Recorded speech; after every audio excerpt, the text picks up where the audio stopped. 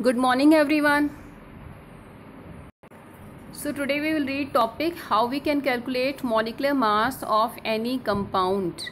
ठीक है, कैसे आप उसे सॉल्व करोगे। तो पहले मैं आपको कुछ एग्जांपल्स लेके बता देती हूँ। ठीक है, तो आप यहाँ देखो, यहाँ लिखा है H2O, कंपाउंड फॉर्मेशन आप कर चुके हो। यहाँ लिखा है अब उन्हीं कंपाउंड का मॉलिक्यूलर मास निकालना है। तो H2O लिखा हुआ है।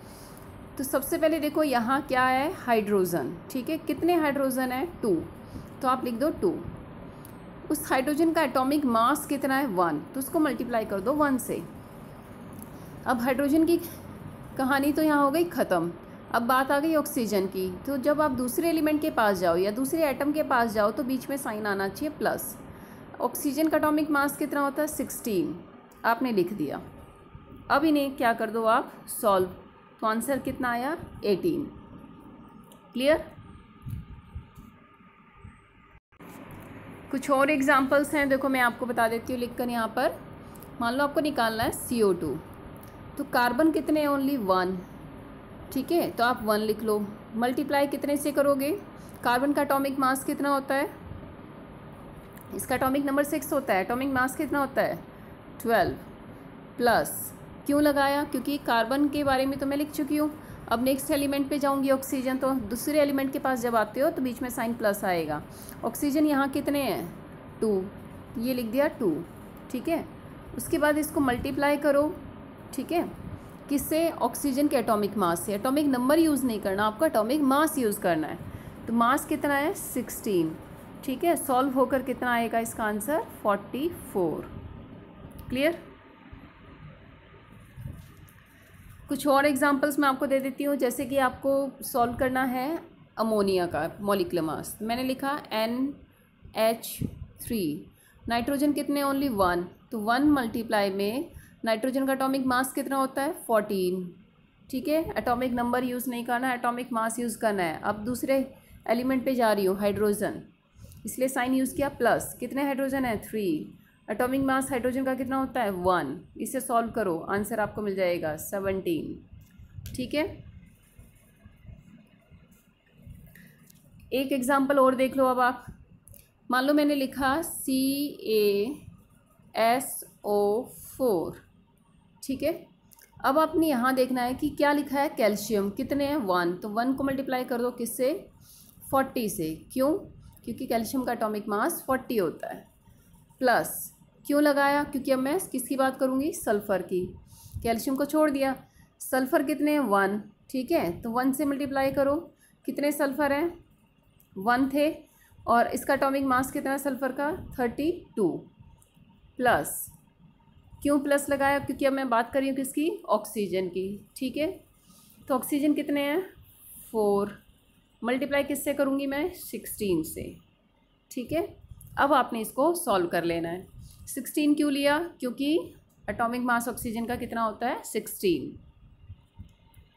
तो इस तरह से आपको क्या सॉल्व करना है, मॉलिक्यूलर मास ऑफ कंपाउंड। तो अब आप एग्जांपल्स देख लो। और वाटर का हम कर चुके हैं। ठीक है, कैल्शियम हाइड्रोक्साइड है। कैल्शियम का एटॉमिक मास कितना होता है, 40 मल्टीप्लाई में 1। क्योंकि कैल्शियम 1 था तो यहाँ मल्टीप्लाई 1, तो वही आंसर आएगा। तो लिखने की ज़रूरत नहीं है। 1 वाली अगर आप आ रहे हो, किसी को मल्टीप्लाई 1 से करते हो तो लिखो ना लिखो एक ही बात होती है। ठीक है, तो कैल्शियम का एटॉमिक मास कितना है, 40।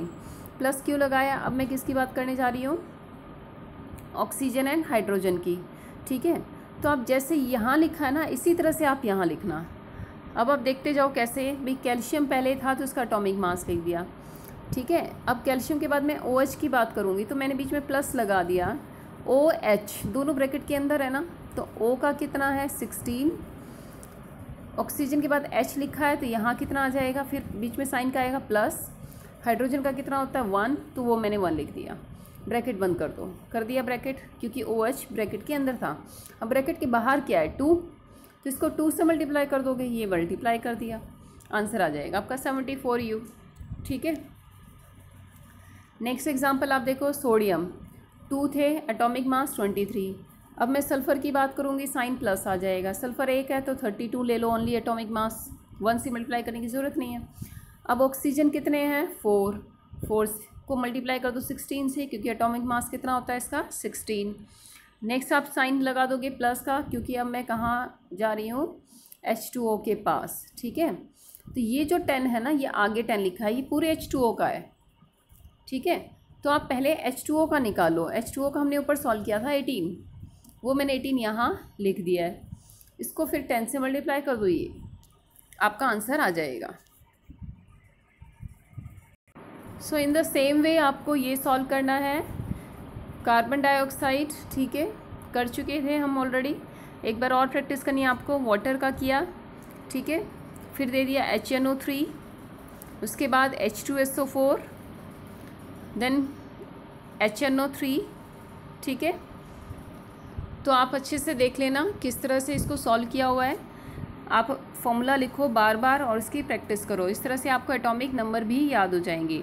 तो ज़रूरी नहीं यही फॉर्मूला है, यही कंपाउंड आपने यूज़ करना है, ठीक है। कंपाउंड आप कोई भी ले सकते हो, बट उसकी प्रैक्टिस हो जाएगी। Clear? So do practice again and again to solve the molecular mass of compound. Clear? Thank you.